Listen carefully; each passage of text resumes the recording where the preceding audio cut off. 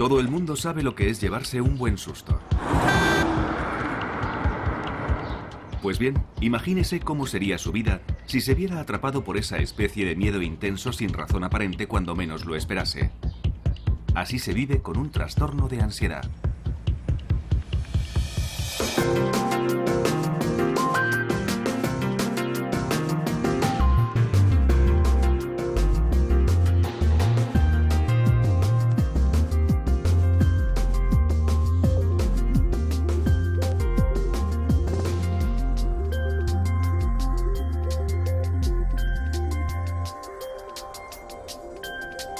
Es normal sentir desasosiego en situaciones angustiosas o peligrosas, pero normalmente pasa rápido y la vida continúa.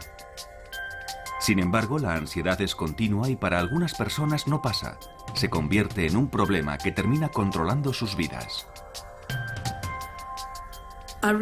Me di cuenta de que me dejaba llevar por el pánico cada vez que salía de casa. Mi casa era el único lugar seguro, así que si estaba dentro de estas paredes me sentía segura. Incluso tener que ir al buzón era algo tremendo. Sandra Snow tenía 30 y pocos años, estaba felizmente casada y tenía 2 hijos de menos de 5 años cuando la ansiedad empezó a apoderarse de ella. Cada vez que salía y cogía el coche, estaba deseando volver a casa. Y nada más llegar me empezaba a sentir bien. Descansaba un rato y me ponía bien. Después empecé a pensar, no son simples mareos, tiene que ser algo más. Tenía palpitaciones en el coche, me sentía mareada, con náuseas e incómoda. Y llegó un momento en que dejé de salir, siempre estaba en casa, ponía excusas, decía que no me encontraba bien, que tenía dolor de cabeza, que tenía algún virus estomacal, que estaba enferma, que los niños no estaban bien. Me inventaba cualquier excusa. Al recordarlo, Sandra es consciente de que evitó hacer ciertas cosas durante mucho tiempo.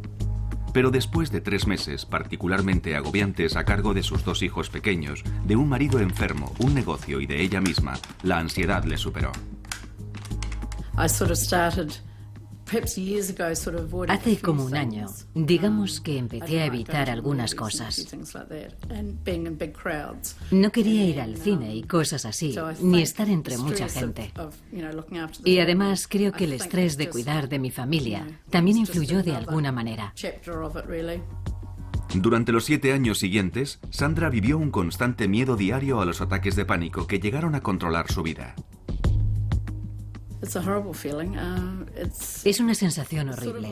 Por eso la gente dice que debe ser parecido a un infarto. El corazón te late muy rápido y tienes un ligero dolor en el pecho. Te falta la respiración. La cabeza te da vueltas. Te tiemblan las rodillas y no sabes si vas a vomitar porque todo es muy confuso. Tienes el estómago, la cabeza, todo el cuerpo como sobresaltado. Supongo que es una especie de sobresalto, una sensación horrible. En el núcleo de estas sensaciones tan desagradables está la ansiedad y un mecanismo que todos tenemos para sobrevivir al peligro inminente que es luchar o huir. Se conoce como respuesta lucha-huida. La ansiedad es un síntoma normal. Todos somos capaces de experimentarla. Pero en los trastornos de ansiedad, las rutas de dicha ansiedad son demasiado sensibles. Afectan mucho más a la gente que sufre trastornos de ansiedad que a la gente que no tiene esos problemas. Estas rutas de ansiedad afectan a 3 partes principales del cerebro. El estímulo, que históricamente era un animal salvaje y que hoy en día es más parecido a un coche de carreras, llega al cerebro a través de los ojos y la respuesta se coordina en una parte del cerebro conocida como amígdala. Esto activa la parte pensante del cerebro, la corteza prefrontal. A la vez, la célula más primitiva del cerebro se acciona provocando la ansiedad y por consiguiente la respuesta de lucha-huida.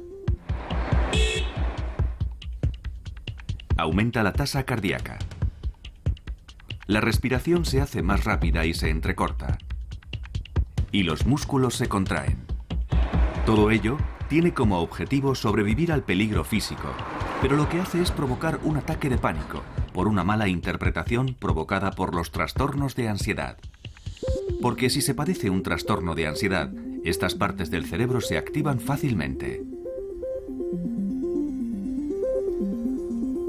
Se sufre un ataque de ansiedad Y al experimentar miedo, se tiene un pensamiento distorsionado. Algo terrible va a ocurrir. Vas a perder el control. Vas a sufrir un infarto. Vas a morir. Y para el 10% de personas que sufrirán un ataque de pánico, es el miedo a tener otro lo que puede producir que se instale el trastorno. Bueno, el típico ejemplo es el de una persona que sufre un ataque de pánico en un lugar muy concurrido, como un supermercado lleno de gente un jueves por la tarde. Es una experiencia verdaderamente horrible. La persona vuelve a su casa pensando en cuándo tendrá otro de esos ataques de pánico. Terminan sintiendo una ansiedad permanente.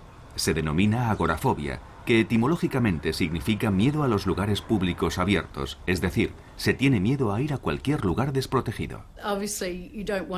Evidentemente no quieres tener otro ataque de pánico, así que solo piensas en el próximo ataque y en el lugar donde te ocurrirá, ya que puede pasarte en el sitio más inesperado.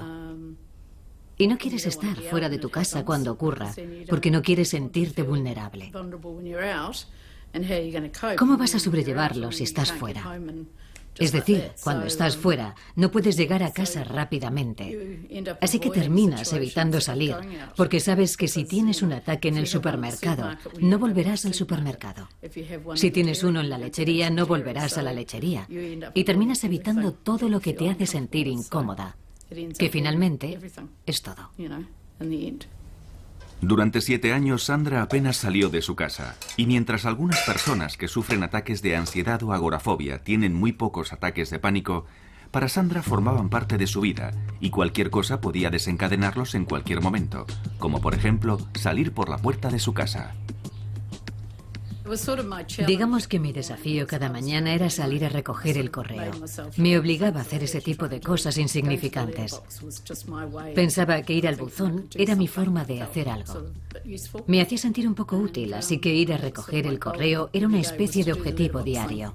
Incluso haciendo eso, el riesgo de sufrir un ataque de pánico siempre estaba ahí y siempre era muy desagradable.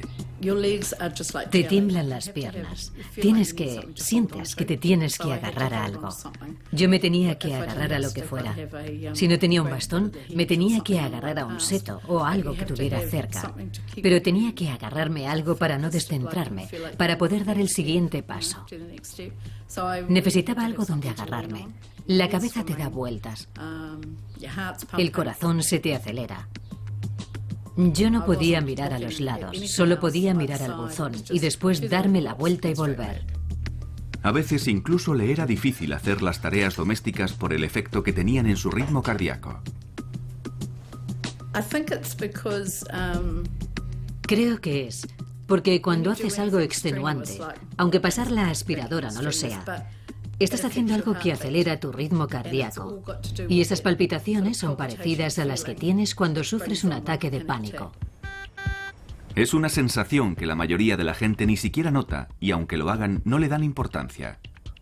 Pero cuando se padece un trastorno de ansiedad, el aumento del ritmo cardíaco puede activar la ruta hacia la amígdala, que a su vez activará la ruta a la parte pensante del cerebro, donde se malinterpretará como el comienzo de un infarto.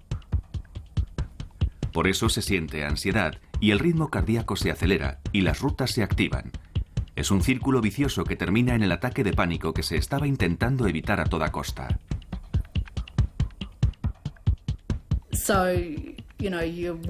Así que cuando estás activa, sientes que tu corazón va a un ritmo diferente al normal. Y yo solo pensaba en eso. Y creo que por eso me sentía tan incómoda pasando la aspiradora. La cabeza me daba vueltas y no me gustaba esa sensación porque era muy frecuente. Me hacía sentir muy mal, así que la mayoría de las veces barría. Barrer era lo mío. Dependiendo de la naturaleza del trastorno de ansiedad, se dejan de hacer ciertas cosas para evitar lo que se cree que provocará el siguiente ataque de pánico. La palabra ratones no se podía decir en casa. Ni ratón. Tampoco podía ver fotografías de esas cosas en la casa por mi miedo a tener un ataque de pánico y morir. 1 de cada 5 personas sufrirá un ataque de pánico en su vida y 1/4 de ese porcentaje padecerá una fobia específica. Muchos saben lo que es sentirse incómodo cerca de una araña o de un perro. Pero si se padece una fobia específica, esas cosas y el ataque de pánico que pueden provocar adquieren proporciones aterradoras. Una de las partes principales de un ataque de pánico que no se da en la ansiedad normal es tener una sensación de fatalidad inminente, además de unas sensaciones físicas verdaderamente intensas. Cuando Joyce Waddington tenía 20 y pocos años y 2 niños menores de 5 años, su enorme deseo por evitar más ataques de pánico superaba con creces los niveles de ansiedad normal. Bueno, mi paranoia llegaba al punto de pensar que había ratones en el tejado. Creía que había miles de ratones y que un día se derrumbaría y todos los ratones me caerían encima, por todo el cuerpo. Ver un ratón me matará, porque sufriré un ataque de pánico tan grande que moriré. Joyce era presa de una fobia totalmente desarrollada a los ratones, una fobia específica o simple. Es cuando la gente tiene un miedo concreto a cierto tipo de situaciones, a un objeto o a un animal del que están cerca.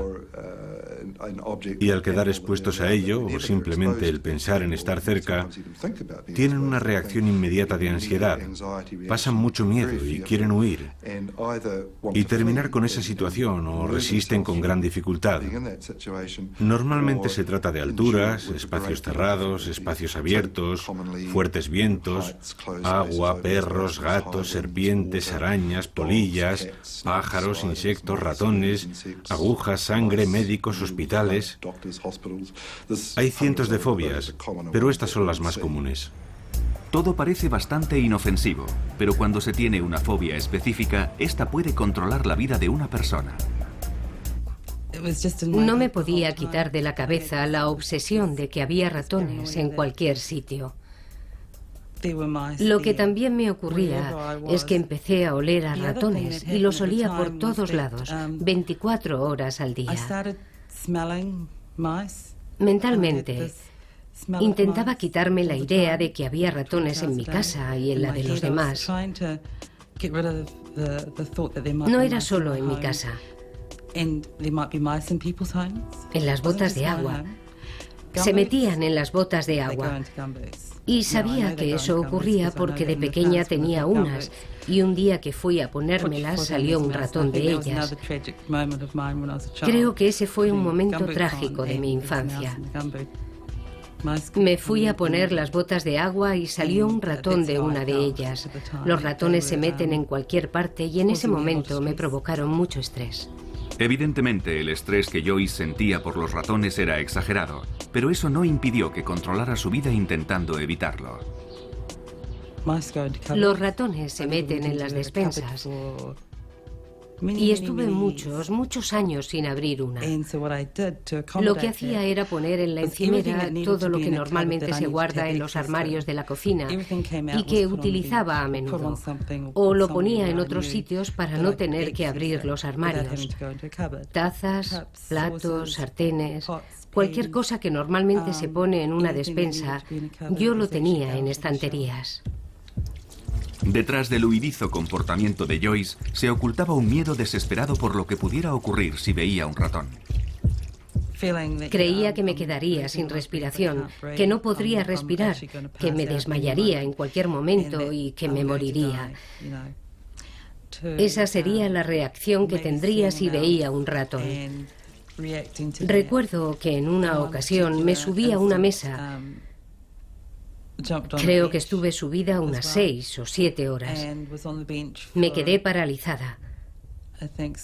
No me podía mover. Creo que se denomina estado catatónico. Es cuando la gente se queda paralizada en un determinado momento. Hay quien tarda un buen rato en salir de ese estado. Yo solo pensaba en que viniera alguien a salvarme y todo terminó bien.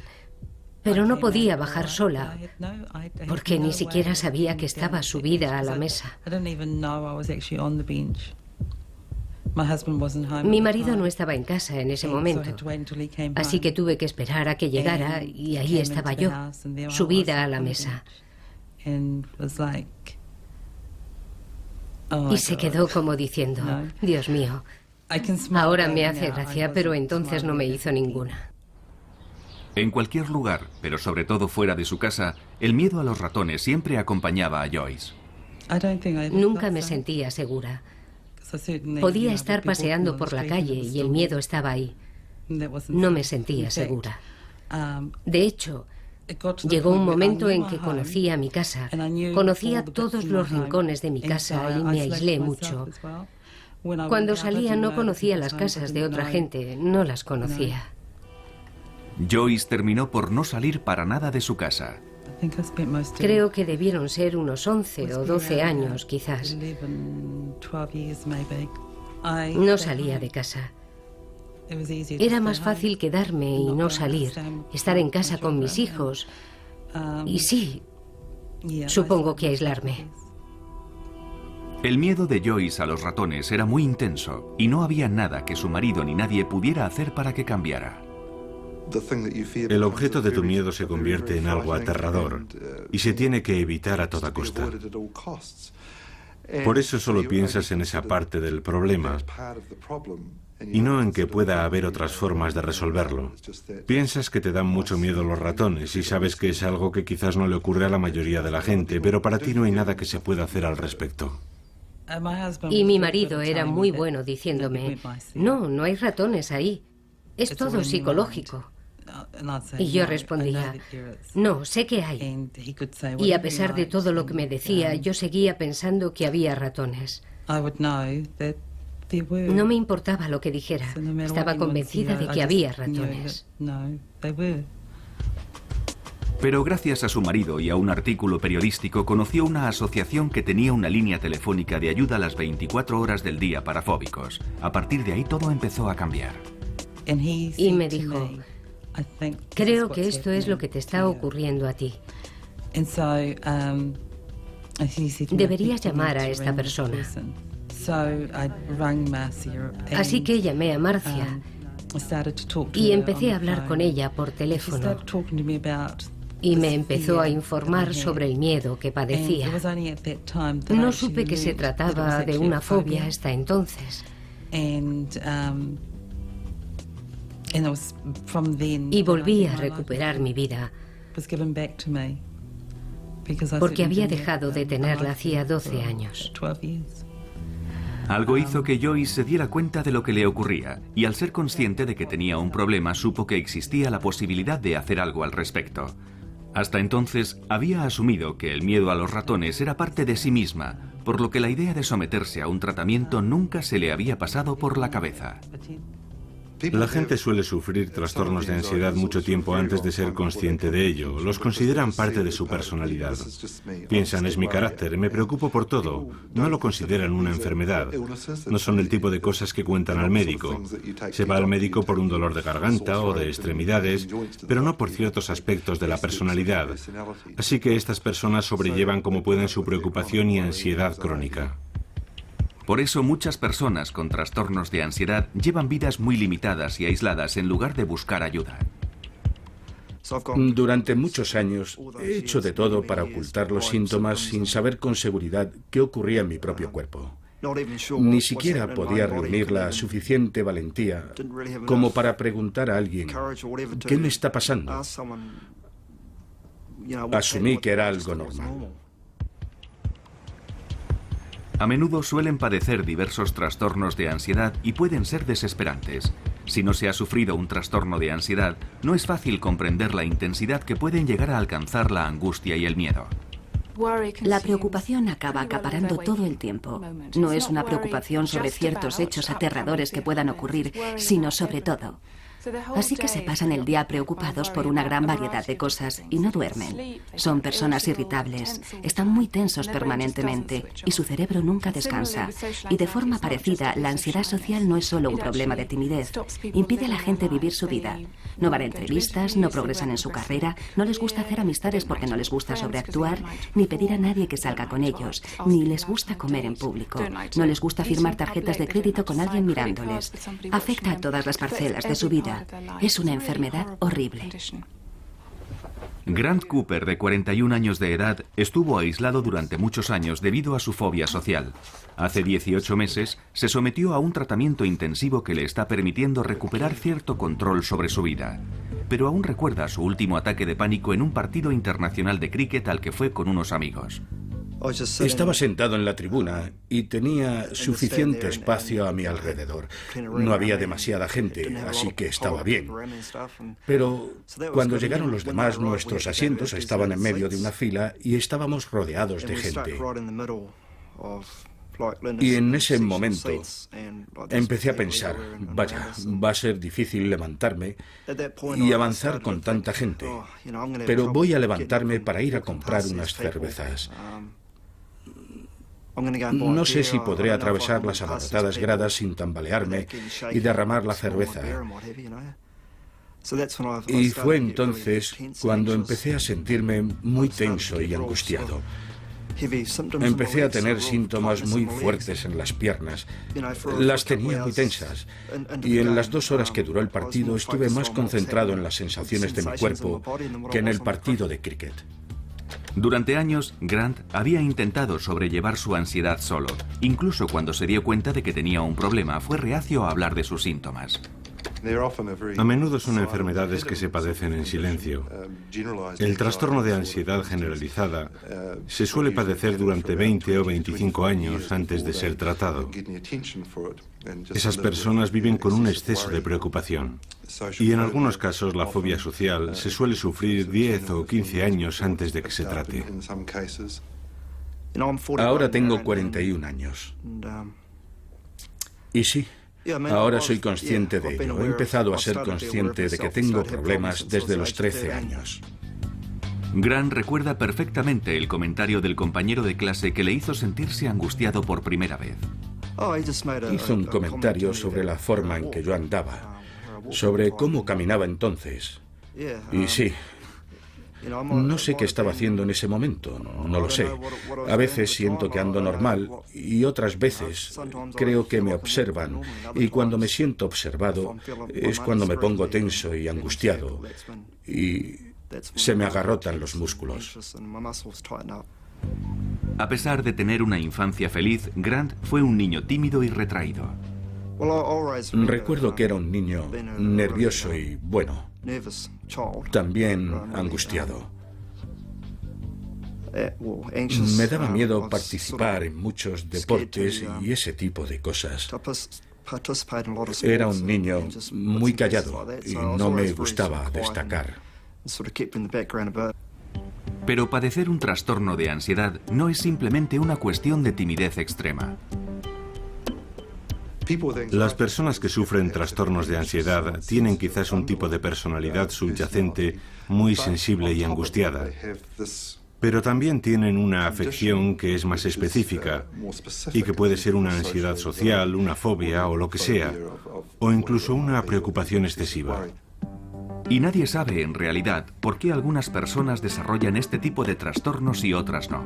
Es un curioso comportamiento del cerebro que no comprendemos totalmente. No sabemos por qué actúa de esa forma, si es debido a determinados percances durante la infancia, a algún tipo de vulnerabilidad genética. No sabemos por qué el cuerpo reacciona de esa manera peculiar, pero no tiene nada que ver con una posible debilidad. Estas personas no eligieron ser así, simplemente son así. Igual que otras personas que padecen otro tipo de enfermedades médicas. No es que sean más débiles, simplemente son así. Mala suerte. Los trastornos de ansiedad afectan al 20% de la población y si se tiene la mala suerte de ser socialmente fóbico, estar con otras personas se puede convertir en un verdadero calvario. Recuerdo que una vez, saliendo de casa, escuché unas voces en mi cabeza que me decían: No quiero ir, no quiero ir. Y era como si gritaran dentro de mi cabeza. Cheryl Freeman, una mujer felizmente casada y con 2 hijos que ahora estudia psicología, cree que su fobia social surgió de un trastorno de ansiedad generalizada que había comenzado 10 años antes. Llegó un momento en que me daba miedo hacer muchas cosas, sobre todo cosas relacionadas con la comida. No quería comer alimentos si no sabía cómo habían sido procesados. No quería ser la primera en comer algo. Me daba miedo que algo estuviera envenenado. Y también ir al baño. Recuerdo que en una acampada tenía miedo de que alguien hubiera podido envenenar el papel higiénico. Algo bastante irracional. Por esa época, Cheryl tuvo uno de sus extraños ataques de pánico. Había comido unos frutos secos y empecé a sentir que me hinchaba. Aparte de que uno se hinche por dentro, yo creía que me estaba hinchando por fuera. Así que me fui a mirar en el espejo y me miraba y me volví a mirar y empecé a notar los síntomas. El corazón se empezó a acelerar, así que llamé a una ambulancia y me llevaron al hospital. Me conectaron a un monitor cardíaco y mi corazón iba a 100 por hora. Me asusté mucho. Creía que me moría. Cuando tuvo el siguiente ataque de pánico, el trastorno de ansiedad de Cheryl ya se había convertido en una fobia social. Me daba miedo ser juzgada y criticada por otras personas. Sentía que todo el mundo me miraba, que no era lo suficientemente buena. Ese miedo a lo que otra gente pudiera pensar de ella le provocó una grave reacción física. Si íbamos a algún sitio donde hubiera más gente, pensaba, no les gusto, no les gusto. Y empezaba a tener un ataque de pánico. Era muy duro, porque sentía un dolor muy fuerte en las piernas. Temblaba. El corazón se me disparaba. Perdía totalmente el control y mi marido terminaba llevándome de vuelta a casa. Y si pasábamos por el hospital, yo le decía, creo que deberíamos parar para que me examinen. Y él me decía, no, es solo eso, estás bien. Y después llegaba a casa, me tumbaba en la cama y tenía mucho miedo de que eso me terminara matando. Los trastornos de ansiedad pueden provocar ataques de pánico o no. Sin embargo, cuando la persona se ve en la situación que teme, sufrirá uno. Un fóbico a los ratones, al enfrentarse a un ratón, tendrá un ataque. Un fóbico social, si se ve obligado a actuar o hablar en público, sufrirá un ataque de pánico. O una persona que padezca agorafobia tendrá un ataque de pánico en un lugar concurrido donde no podrá escapar. A pesar de las similitudes, los diferentes trastornos pueden diferenciarse claramente cuando se pregunta a los fóbicos a qué tienen miedo exactamente. Y la diferencia es que alguien con una fobia social odiará ser el centro de atención, odiará estar bajo la mirada de otra gente y tendrá mucho miedo a hacer algo que le humille o que le deje en ridículo. Y eso es muy diferente a lo que siente alguien con un trastorno de ansiedad cuyo miedo es sufrir un infarto, desmayarse, la sensación de fatalidad inminente. Con esa pregunta se obtienen respuestas muy diferentes. Otras diferencias son que alguien con fobia social no querrá tener a nadie cerca para que nadie vea lo humillante o lo estúpido que parece, mientras que alguien con un trastorno de pánico sí querrá tener a alguien cerca para que le ayude en caso de sufrir un infarto o algo así. Y las rutas del cerebro que están activadas también diferirán dependiendo del trastorno que se padezca.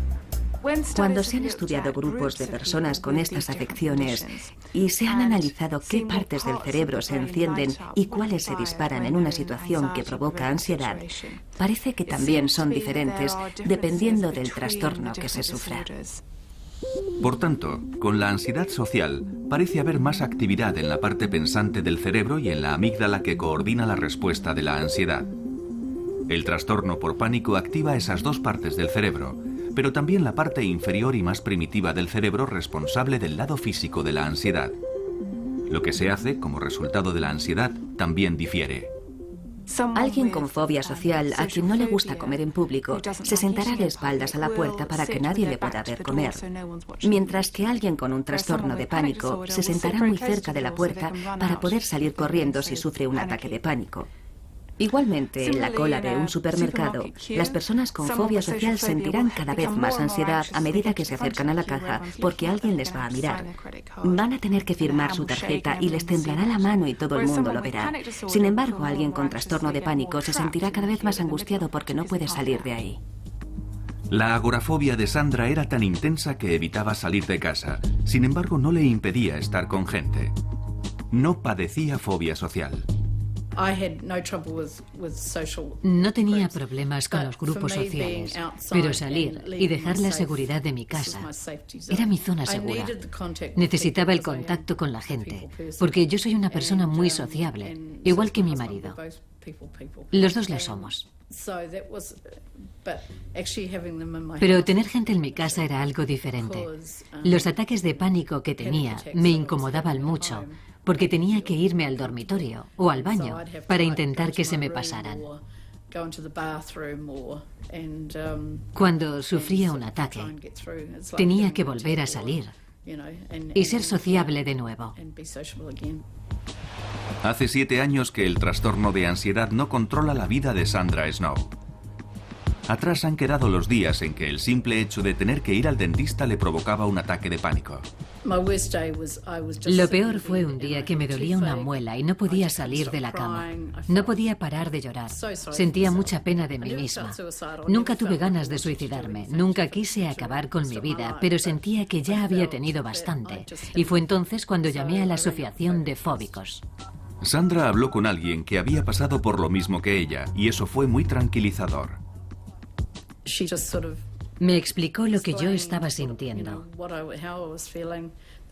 Le dio un nombre. Yo no era estúpida, no estaba loca. La gente cree que cuando se tiene una enfermedad mental, se está loco. Hay muchos prejuicios en torno a las enfermedades mentales, y yo también los tenía, pero eso era antes. Evidentemente ahora no los tengo. Otra cosa que Sandra ya no tiene es una mente llena de pensamientos negativos. No siempre podía quitarme de la cabeza todos esos pensamientos negativos. No podía. Estaban ahí. Y no era por falta de confianza o porque no me sintiera bien conmigo misma. No era eso. Sin embargo, no podía librarme de ellos. Siempre estaban ahí. Estaban en mi cabeza permanentemente. Y no me podía acostumbrar a ellos. Pero no podía librarme de ellos tampoco. Durante años, Sandra intentó solucionarlo sola con cintas de relajación y obtuvo alguna mejoría con su ansiedad.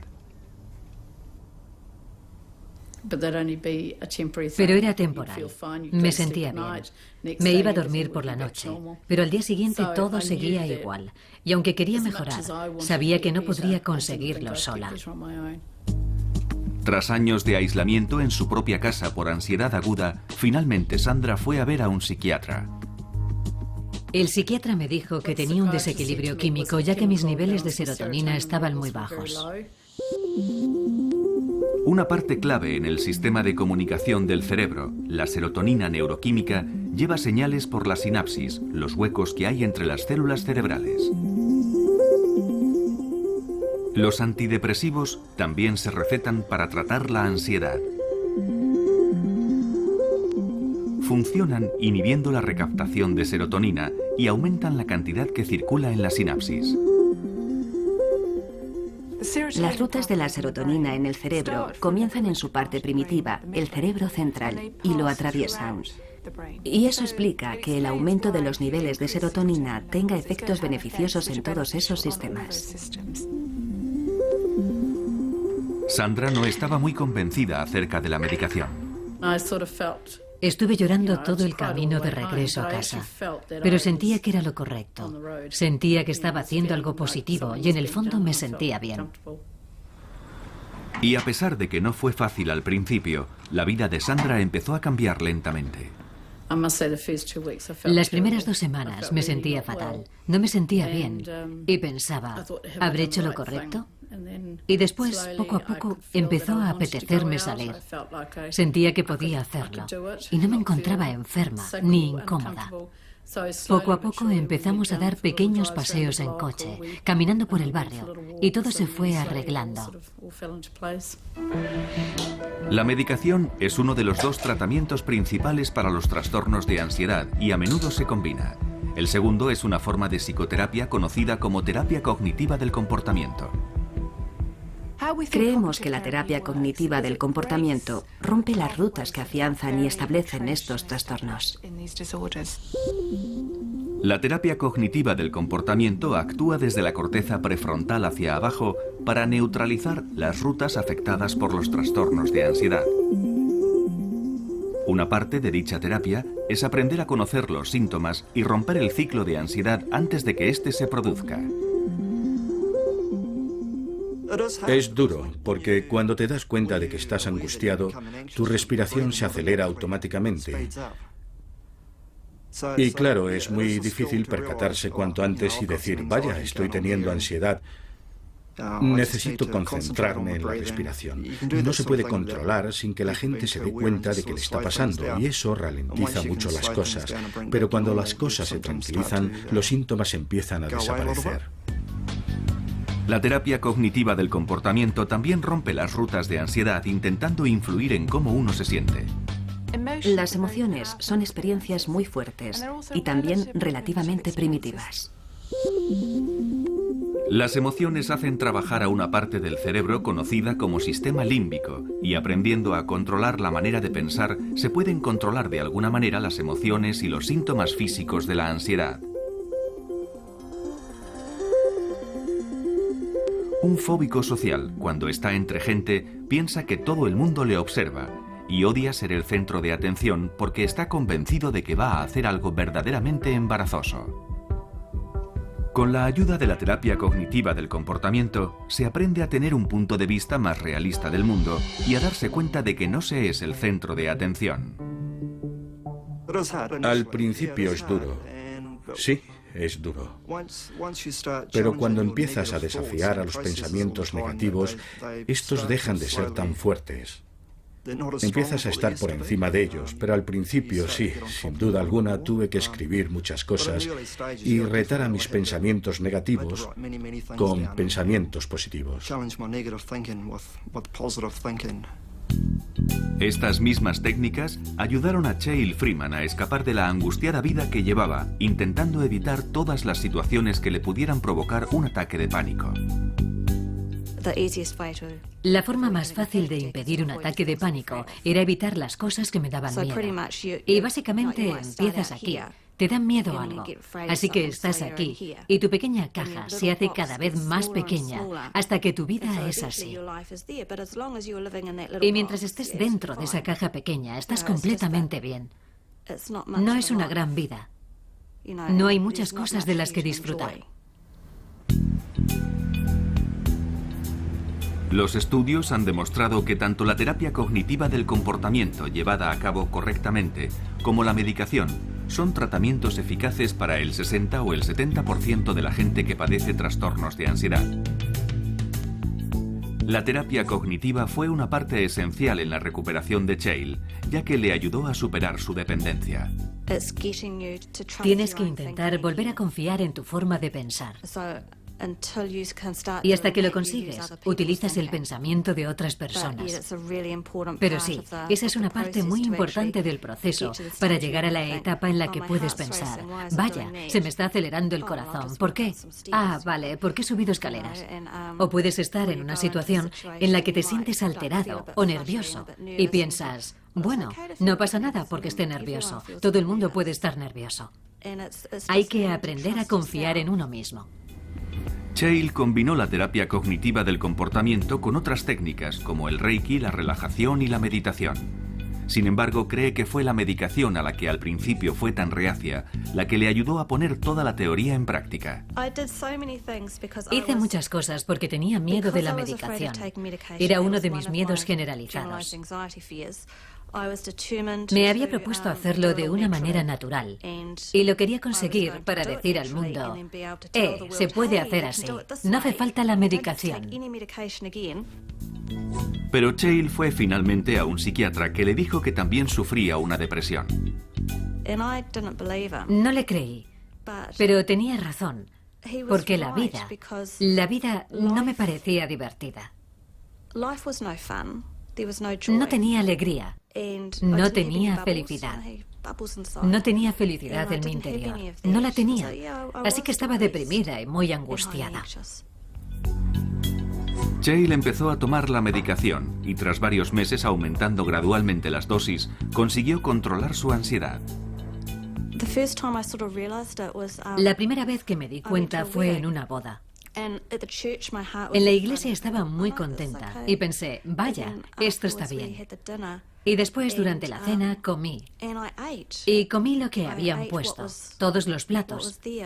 Y bebí un par de copas de vino y hasta bailé. Estaba muy relajada y pensé, es fantástico.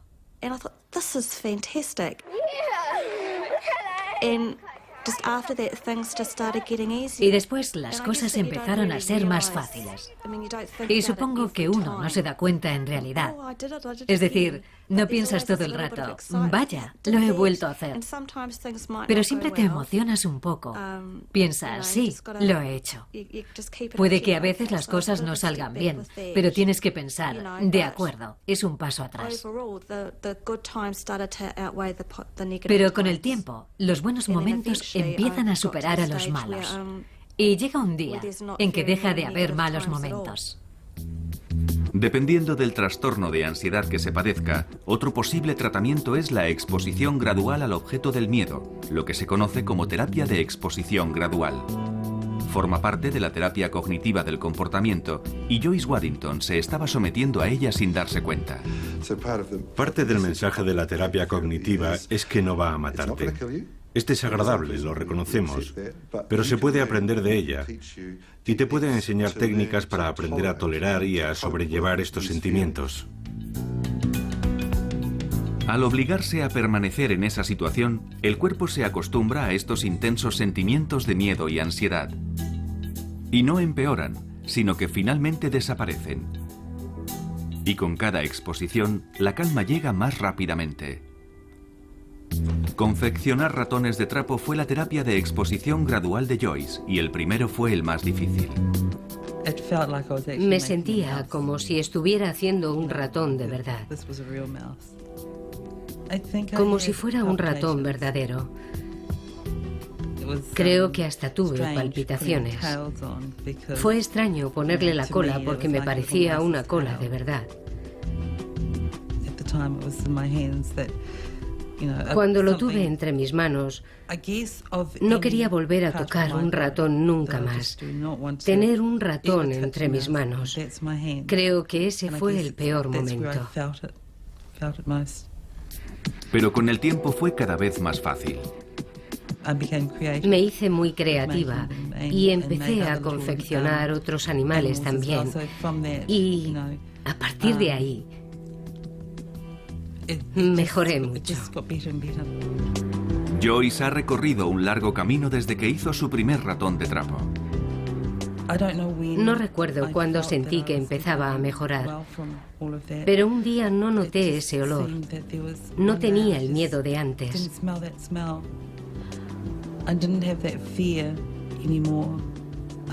Y empecé a salir, a vivir. Podía conducir.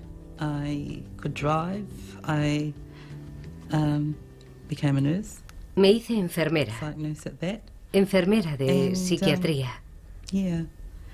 Y empecé a vivir en el mundo de los vivos, supongo.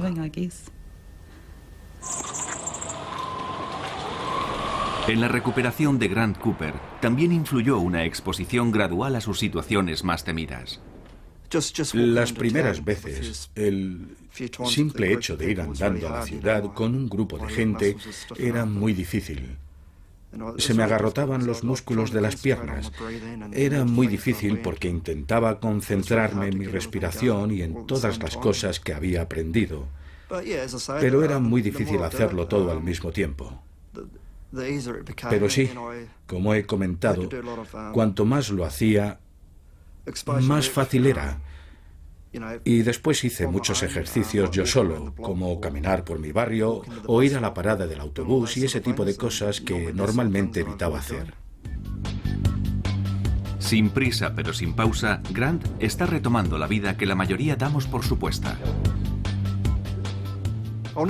Nunca me recuperaré totalmente, pero por lo menos puedo controlar la ansiedad. He podido retomar mi vida y estoy deseando volver a trabajar en el futuro.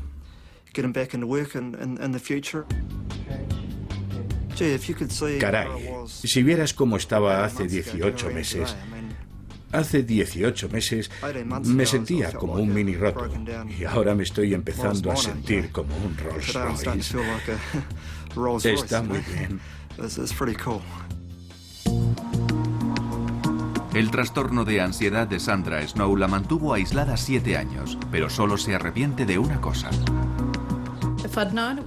Si hubiera sabido que iba a ser tan fácil mejorar, ponerme bien, habría hecho algo al respecto antes. Sandra aún recuerda la primera vez que salió en coche después de 7 años. Recuerdo que cuando salimos a dar una vuelta en coche, Greg decía que era como llevar a un turista a pasear, porque había muchos edificios nuevos que no conocía. Casas nuevas, calles nuevas, zonas renovadas, en fin, muchos cambios. También fui a ver a mis hijos al colegio y también fui a casa de mis amigos, ya que algunos de ellos se habían mudado y no había ido a visitarlos. Ahora tenía una vida, pero fue poco a poco. No salí como un toro bravo a hacerlo todo a la vez. Era como si un nuevo mundo se abriera frente a mí. Sí, fue genial. Fue genial.